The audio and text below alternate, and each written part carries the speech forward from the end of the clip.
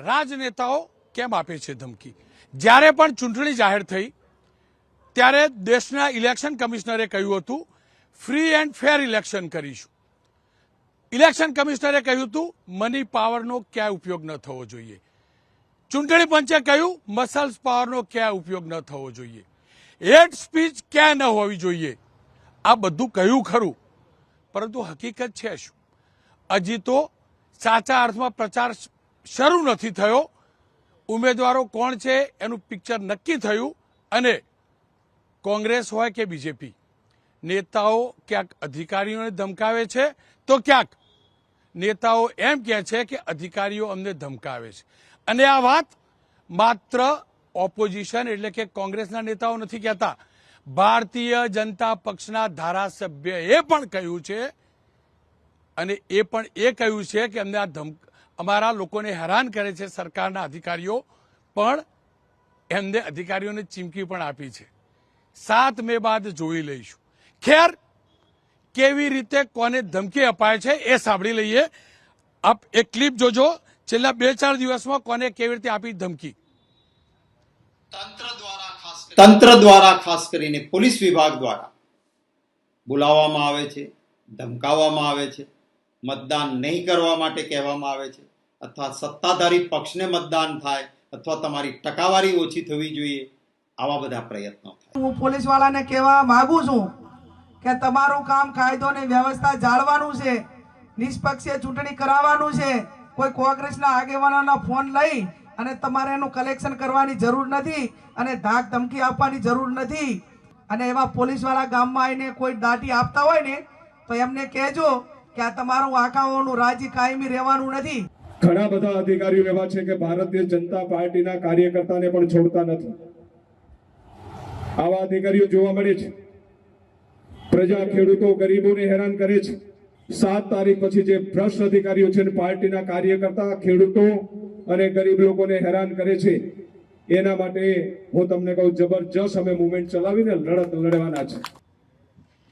ગુજરાતી ટેલિવિઝનમાં લાંબા સમય પછી બીજેપી અને કોંગ્રેસના નેતાઓ વચ્ચે ડિબેટ થશે. આ ફોર્મેટ હું તો બોલીશનું ફોર્મેટ સીધી રીતે ડિબેટનું નથી. હું ચોક્કસથી એમને પૂછીશ, પણ એકબીજા સાથે સીધો ક્લેશ નહીં કરે. પણ પહેલીવાર આપ જોઈ શકો છો કે આટલી મોટી પેનલ પહેલીવાર જોવા મળશે. ભારતીય જનતા પક્ષ તરફથી ડોક્ટર અનિલભાઈ પટેલ, થોડીક વારમાં અમિતભાઈ ઠાકર ધારાસભ્ય જોડાશે. કોંગ્રેસ તરફથી હિમાંશુભાઈ પટેલ અને લલિતભાઈ કગથરા.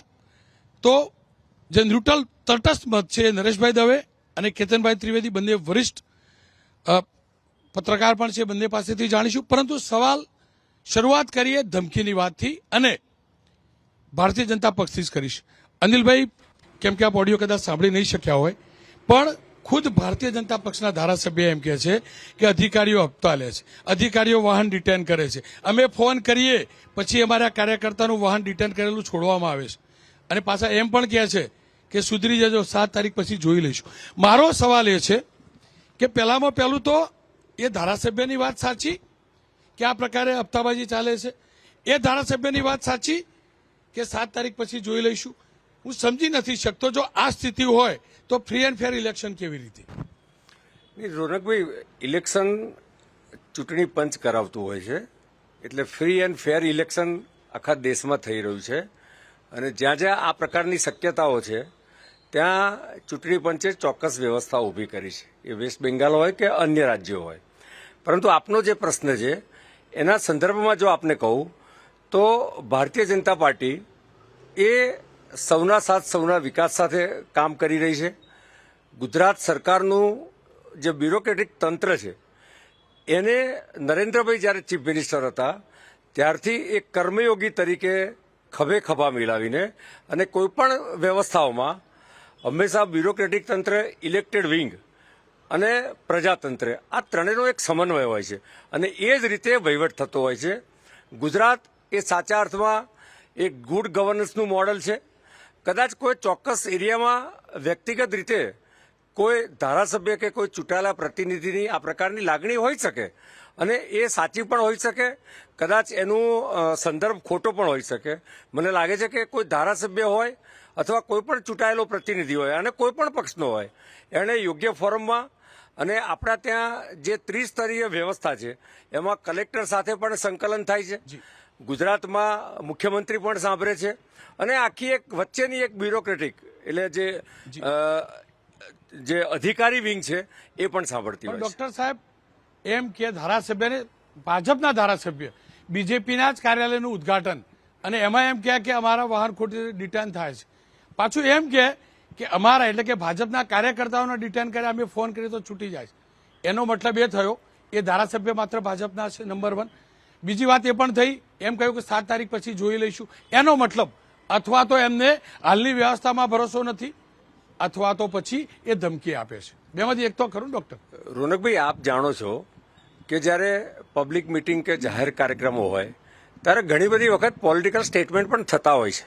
મને લાગે છે કે ઘણા બધા પોલિટિકલ સ્ટેટમેન્ટના બંને બાજુના અર્થ પણ નીકળતા હોય છે, પરંતુ ગુજરાતમાં સરકારી તંત્ર એ કાયદો, નિયમ અને વ્યવસ્થા અનુસાર કામ કરી રહ્યું છે. જી લલિતભાઈ, આપ શું માનો છો? લલિત કાકા, તમે તો કોઈની ધમકીમાં આવ્યા નથી, તમારો અનુભવ શું કહે છે? જુઓ, જ્ઞાનીબેને પણ કહ્યું, પાછા જ્ઞાનીબેન તો એમ જ કે ચૂંટણી પૂરી થઈ જાવ તો આવું ઇનડાયરેક્ટલી કહેતા હોય, ખરેખર છે શું? હું એવું માનું છું કે ધારાસભ્યોએ જો રજૂઆત કરવી હોય તો ધારાસભા છે, જે ધારાસભાના એ મેમ્બર છે, ધારાસભાની અંદર બોલની નહીં અને માત્ર ને માત્ર આપણે વખાણ જ કર્યા કરીએ અને પછી પબ્લિકમાં ઇમ્પ્રેશન પાડવા માટે કે હું અધિકારીને ખખડાવી શકું છું, હું મારા માણસોને છોડાવી શકું છું, તમે મારા ભેગા નહીં રહ્યો તો અધિકારી તમને દબાવશે, આ ઇમ્પ્રેશન પાડવા માટે થઈ.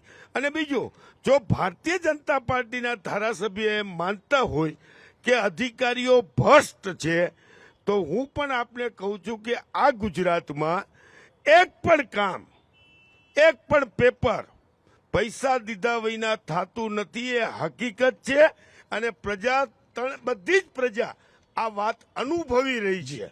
એ સ્થિતિમાં ધારાસભ્યોએ જે કંઈ કીધું છે અને ભારતીય જનતા પાર્ટીના ધારાસભ્યોએ કીધું છે, એટલે સરકારે વિચારવું જોઈએ કે અધિકારી રાજ છે અથવા તમે ધારાસભામાં ચૂંટાયેલા છો શું કામ? પ્રજાના પ્રતિનિધિ તરીકે ધારાસભામાં કયો, તમે મુખ્યમંત્રીને કયો, તો એ વાત કરી શકવાની હિંમત નથી. જી, ખેર નરેશભાઈ મારી સાથે જોયા. નરેશભાઈ, મેં તો બહુ ઓછા ઇલેક્શન કવર કર્યા, આપે અનેક ઇલેક્શન કવર કર્યા છે, તમારો અનુભવ શું રહે છે? શું ખરેખર અધિકારીઓ આ પ્રકારના હોય છે કે પછી નેતાઓ આ પ્રકારના નિવેદન આપી માત્ર તાળીઓ પડાવવા માટેનો આ ખેલ કરે છે? રોનકભાઈ, મારો અનુભવ એવો છે કે ચૂંટણી પંચની જે વાત કરી અનિલભાઈએ કે ચૂંટણી પંચ આમાં ભૂમિકા હોય છે, કમનસીબે આપણે ત્યાં ચૂંટણી પંચની કોઈ ભૂમિકા હોતી જ નથી.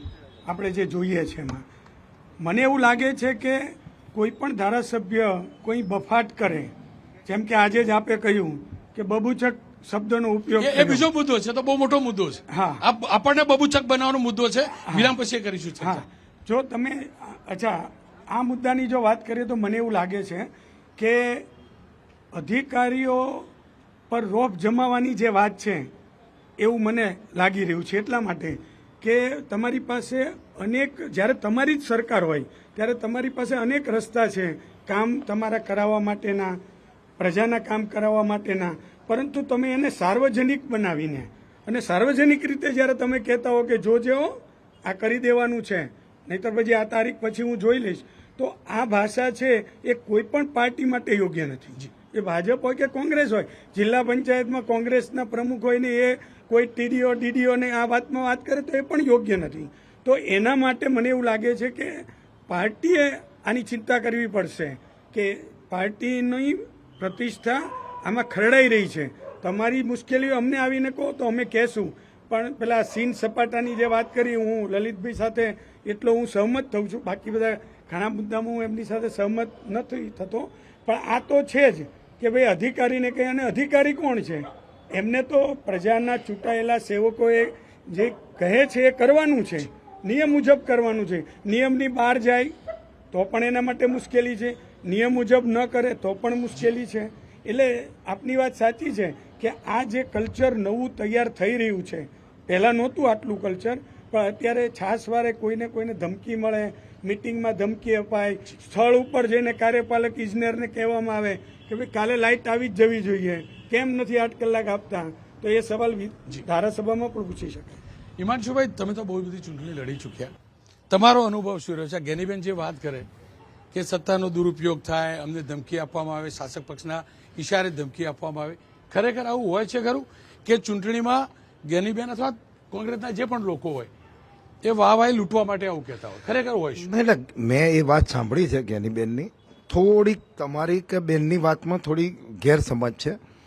જ્ઞાનીબેને એવું કીધું છે કે અધિકારીઓ અને કર્મચારીઓ તો એમના રૂલ્સ એન્ડ રેગ્યુલેશન મુજબ જ કામ કરતા હોય, પણ જે સરકારી તંત્ર અત્યારે જે સત્તામાં બેઠા છે એ અધિકારીઓને કર્મચારીઓને દબાણ કરી અને એક દીકરી જ્યારે આ લોકશાહીની એ લડાઈની અંદર ચૂંટણી લડતી હોય અને ચારે બાજુથી એને સહકાર મળતો હોય, ચારે બાજુથી લોકો 100, 200, 500 રૂપિયા, એ સામાન્ય ઘરની દીકરી લોકસભા લડતી હોય, એનો વિસ્તાર એને ખભે લઈને નીકળ્યો હોય, રોજ એને 1 લાખ 2 લાખ રૂપિયા લોકો એ સામાન્ય પરિવારની દીકરીને ફંડ મળતું હોય, ત્યારે એની લાગણી બહુ સ્પષ્ટ છે કે આ ભારતીય જનતા પાર્ટી સરકારી અધિકારીઓનો દુરુપયોગ, સત્તાનો દુરુપયોગ કે ચૂંટણી પછી જોઈ લઈશું એ વાત છે.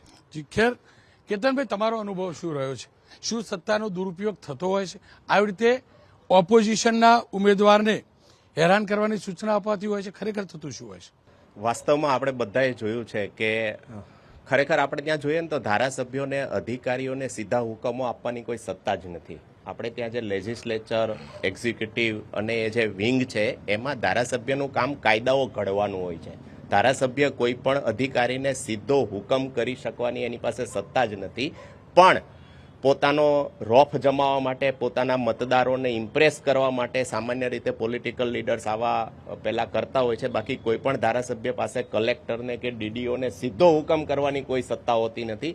એક્ઝિક્યુટિવ વિંગ આખી અલગ હોય છે, લેજિસ્લેચર આખું અલગ હોય છે. આપણે ત્યાં કાયદાનું શાસન છે ને એ વાત જ મૂળભૂત રીતે આ લોકોએ ભૂલવાડી દીધી છે કે ભાઈ કાયદો છે ને કાયદા પ્રમાણે સૌએ વર્તવાનું છે. એ અધિકારી હોય, ધારાસભ્ય હોય કે ત્રીજી કોઈ વ્યક્તિ હોય, પંચાયતનો કર્મચારી હોય. એટલે સામાન્ય રીતે ધારાસભ્યો પોતે બહાદુર છે, પોતે મજબૂત છે, પોતે પોતાના મતદારોનું રક્ષણ કરી શકે છે, એ પ્રકારની એક છાપ મતદારોમાં ઊભી કરવા માટે આ પ્રકારના નિવેદનો કરતા હોય છે. અમિતભાઈ, આપ તો ધારાસભ્ય બન્યા છો, લોકસભાની ચૂંટણી છે, જો બધા દિલ્હીવાળા મોટી મોટી વાતો કરે, ઈડી, સીબીઆઈ, આપણને ખબર નથી ઈડી કેવું હોય, સીબીઆઈ કેવું હોય, આપણને પોલીસવાળી ખબર પડે. હવે જ્ઞાનીબેન ઠાકોર કે પોલીસનો દુરુપયોગ કરે શાસક પક્ષના ઇશારે, શક્તિસિંહ ગોયલ કે પોલીસનો દુરુપયોગ કરે, અને વિપક્ષ કે પણ તમારા જ સાથી શ્યામજીભાઈ ચૌહાણ, ચોટીલાના ધારાસભ્ય, એમને કાલે બીજેપીના જ મંચ ઉપરથી કહ્યું, આ પહેલા મેં પ્લે કર્યું કે ભાઈ તમે અધિકારીઓ અમારા કાર્યકર્તાઓને ધમકાવશો નહીં, કાર્યકર્તાઓની ગાડી, અને આજના પરિપ્રેક્ષમાં નહીં, ભાજપના કાર્યકર્તાઓની ગાડી ડિટેન કરશો નહીં, અમે ફોન કરીએ પછી જ તમે છોડાવો, નહીં ચાલે, 7 તારીખ પછી જોઈ લઈશ. ખરેખર થતું શું હોય? આ ઈડી, સીબીઆઈ તો બરાબર, પણ આપણો લોકલ પોલીસનો દુરુપયોગ થાય, અને આ બધા કહેતો ના માનું, પણ ભાજપના અને તમારે જેવો જ ખેસ પહેરેલો એ ધારાસભ્ય કે મને પણ લાગ્યું ખરેખર આવું થતું હશે. જે રીતે તમે વાત કરીએ, શ્યામજીભાઈ કયા પરિસ્થિતિમાં અથવા કયા સંદર્ભમાં આવું બોલ્યા છે એની હું સંદર્ભ કહી દઉં. સુરેન્દ્રનગર, હું ફરીથી કહું, ખુલીને કહી દઉં, સુરેન્દ્રનગરમાં દુનિયાભરનું ખનન થાય છે. ખનન માફિયાઓ, કોંગ્રેસ, ભાજપ બધાને હપ્તા આપે છે. હું નહોતો બોલતો પણ બોલી જાઉં, આપે છે, અને જેને લાગતું હોય મારી ઉપર કેસ કરવો હોય એ ઠોકી દેજો. બધાની રોજગારી એના ઉપર ચાલે છે. કદાચ અમારા વાળા એની અંદર થોડા ઘણા છે. એના પરિપ્રેક્ષમાં કહ્યું કે જે ડમ્પર નીકળતા હોય એમના હપ્તા, મેં જાતે શૂટિંગ કરેલું લે જ છે, અને એમને એ પરિપ્રેક્ષમાં કહ્યું. પણ મારી તકલીફ એ છે કે એમને એમ કહ્યું કે અમે ફોન કરીએ એટલે બીજેપીના કાર્યકર્તાને છોડી દે. જો કે એ પણ કહ્યું ગરીબ અને ખેડૂતને છોડે.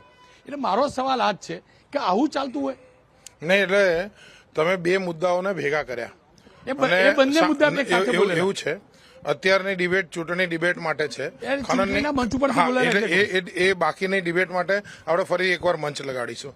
પણ મૂળ મુદ્દો શું છે કે એમણે જે બી પરિસ્થિતિમાં કીધું છે, પણ તમારા જે આખો મુદ્દો હતો એ મુદ્દાની અંદર જ્ઞાનીબેન બોલે કારણ કે કોંગ્રેસના ઉમેદવાર છે, શક્તિસિંહ બોલે કારણ કે કોંગ્રેસના પ્રમુખ છે, પરંતુ અર્જુનભાઈ મોઢવાડિયા એ ભાજપમાં આવ્યા અને આવીને એમણે પહેલાં જ કીધું કે ભાઈ હું તો આટલો 30 વર્ષનો લેજિસ્લેટર રહ્યો છું, ધારાસભ્ય રહ્યો છું, કોઈ પોલીસનો ઈડીબીડી તો છોડો, કોઈ પોલીસનો કોન્સ્ટેબલ બી મારા ઘરે નથી આવ્યો, બરાબર.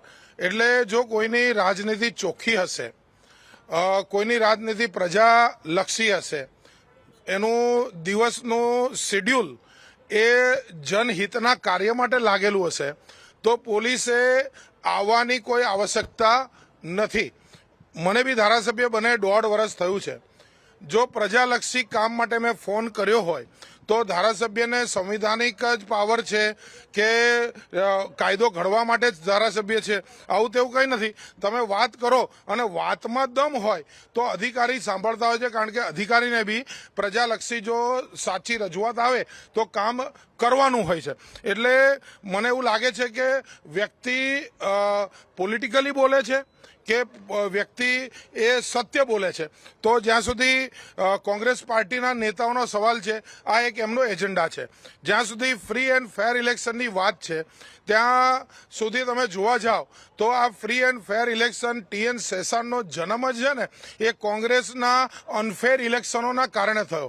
જેમ 70માં જંજીર પિક્ચર આવ્યું અને અમિતાભ બચ્ચન ગુંડાઓની આખો દેશ ગુંડાઓથી ભરેલો હતો, પણ એની સામે કોઈ બોલી નહોતું શકતું, એટલે એક હીરોને લોકોએ સુપરસ્ટાર બનાવી દીધો. એવી રીતે જે ઇલેક્શનમાં અનફેરનેસ હતી એના કારણે TN શેષનને લોકોએ હીરો બનાવી દીધા. તો એ હદે જે કોંગ્રેસના જમાનામાં અનફેર ઇલેક્શન થતા હતા, જે રીતે લોકો આખી મતપેટીઓ ઊંચકીને ભાગી જતા હતા, જે રીતે આખી રાત મતપેટીઓ ગામમાં હાંચવી રાખતા હતા, બરાબર, કોઈ ગામના ગામ લોક થઈ જતા હતા, અનેક પિક્ચરો, અનેક વાતો એના ઉપર તમને બનતી દેખાતી હશે. ગુંડાઓનું કામ જ બૂથ લૂંટિંગનું હતું. હવે આ બધી વાત ઇતિહાસ થઈ ગયો છે.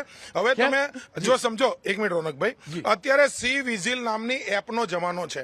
આમાંથી કોઈ પણ હોય અથવા મને કોઈ પણ સાંભળતું હોય, તમે સી વિઝિલ એપ ડાઉનલોડ કરી લો અને તમે ફોટો મોકલો, અડધી કલાકની અંદર જો એમાં પગલાં ના લેવાય તો કહેજો. એટલે જનતા પણ જાગૃત બની અને જો કોઈ અનફેર વસ્તુ દેખાતી હોય તો એ કરતી હોય છે. લલિતભાઈ જોડે વાત કરું. લલિતભાઈ જુઓ, એમને કેવી દુખતી નસ પકડી અને હું પણ ના બોલી શક્યો. એમને વાત કરી અર્જુનભાઈ વાળી, મારે આ જ સમજવું છે. આજ અર્જુનભાઈ તમારે ત્યાં હતા એટલે આજ કહેતા હતા. હું ફરીથી કહું છું, આજ અર્જુનભાઈએ આજ કહ્યું છે. આજ અર્જુનભાઈ જયારે કોંગ્રેસમાં હતા એટલે સવાલ ઉઠાવતા હતા. આજ અર્જુનભાઈનું વલણ બદલાઈ ગયું. આ કોંગ્રેસમાં આવું શીખવાડવામાં આવે છે કે પછી ત્યાં જઈ અને શીખી લેતા હોય? અર્જુનભાઈ શીખ્યા ક્યાંથી? રોનકભાઈ, એ આ તમે વોશિંગ મશીનની અસર છે. ગમે તેવો ભ્રષ્ટાચારી આ ભાજપનો ખેસ પહેરે એટલે હરિશ્ચંદ્ર થઈ જાય, અને ગમે તેવો ખોટો માણસ, ગમે તેવો ગુંડો ભાજપનો ખેસ પહેરે એટલે રેડી થઈ જાય. હવે તમારે નામ જોતા હોય તો અજીત પવાર, છગન ભુજબળ, ગુજરાતનું બોલવાનું બહુ વધારે. હાર્દિક પટેલ રાજોનો આરોપી શું હોય? બસ તો પછી બોલી ગયા ને, તમે કેમ મહારાજ તમે બોલી ગયા ને, હજી બોલું બીજા. હવે હજી બોલું. આપણે ઘણા બધા છે, આપણે એનું લિસ્ટ નથી કરતા.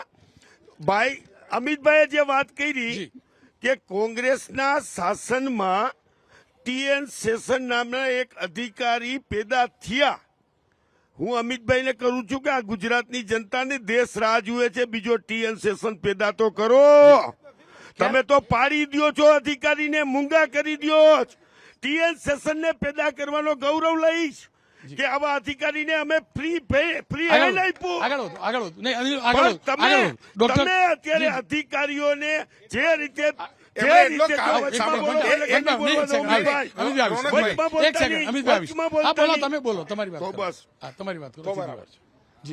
ચલો, TN શેષનને કોંગ્રેસના શાસનમાં ફ્રી હેન્ડ આપ્યું. કોંગ્રેસનું શાસન હતું, કોંગ્રેસની ચૂંટણી હતી.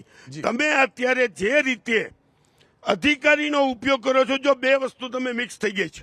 શામજીભાઈ બોલ્યા છે એ રૂટિંગમાં પોલીસ અધિકારીને ગાડી છોડાવવાનું બોલ્યા છે. પછી ખરીદો ચોરી ભાજપ વાળો કરતો હોય તો એ પવિત્ર છે, એને ન રોકાય.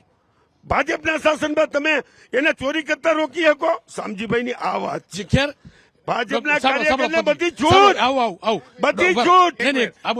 એમણે જે કીધું ને, ટૂંકમાં એમણે એટલો બધો કાદવ પેદા કર્યો કે એમાં કમળ ખીલી ગયું. પણ આ ઉભા એક સેકન્ડ આ વોશિંગ મશીન વાળી વાત હતી. આ અલ્પેશ કથેરિયા આજે જ આવ્યું પોસ્ટ મૂકી કે ભાજપમાં જોડાવાના. આ અલ્પેશ કથેરિયા તો હાર્દિકભાઈ વાળા જ હતા.